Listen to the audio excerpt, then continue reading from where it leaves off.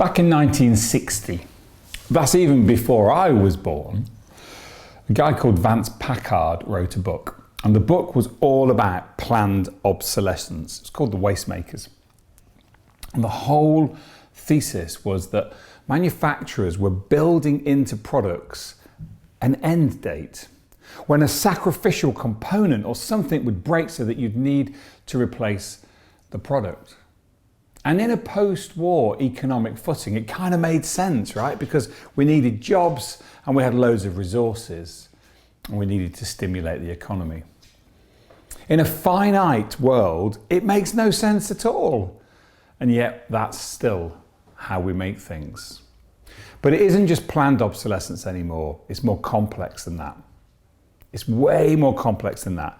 We talk about functional obsolescence or functional durability, technological obsolescence or technological durability, and I want to talk to you about emotional obsolescence or emotional durability.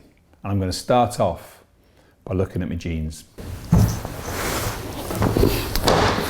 So what have I got here? I've got two of my very favourite bits of clothing. So I've got a really old t-shirt. It's 30 years old. Camden Market, 1990. It's not really made by them. It's an illegal thing, but I love it. I absolutely love it. And you know, I had this t-shirt on my back probably twice a week for 5 years. And I've worn it probably every single month since then. Beautifully made, love it, but also it's got an emotional attachment. It sticks to me like Velcro. It was a time, a really great time, living in London, having fun, just beautiful, being young, and I'll never throw it away. I have an emotional attachment to it. It isn't repairable though. Well, it is, you know, invisible mending, all that kind of movement's really powerful and really helping. But realistically, when that wears out, I'm just going to keep it worn out. I'm probably not going to repair it. The second thing that I've got here is a pair of jeans. Selvedge, beautiful raw denim. These were made in 2012. I know that because it says it on the back. And they're really expensive. They're, I don't know, I think they're about £240. But they're repaired for free for life. Now, let's just think about that for a minute. The average man owns 6 pairs of jeans, if there's such a thing as an average man. The average woman owns 7 pairs of jeans. And yet we only wear realistically 3 pairs of jeans properly, i.e. a lot. Your average 18 to 35-year-old buys 2.6 pairs of jeans. I don't know what the 0.6 is, but 2.6 pairs of jeans per year. But they're spending way less than you would on these.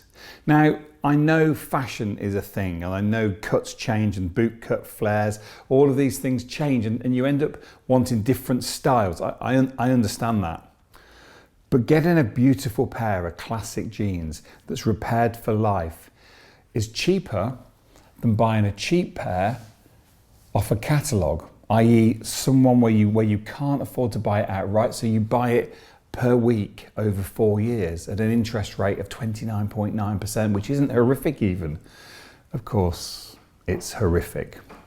So these jeans, they're guaranteed for life, they'll be repaired for life, and mine have been repaired 3 or 4 times. That's an extraordinary amount of money to pay for a pair of jeans, 240-ish pounds. But when you work that out, I've had them 9 years, so they're already coming in at around about £28, £29 per year. I don't mind that, 50p a week, I'm cool with that. But they're going to last me another 5 or 10 years, at least. Now it seems a crazy amount of money to pay, and if you've got no money, then you can't afford them.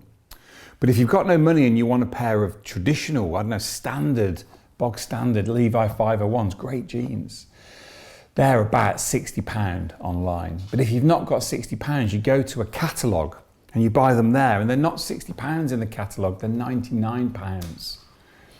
but the poor are penalised because they can't afford to buy them outright, so to buy them through a catalogue is more expensive.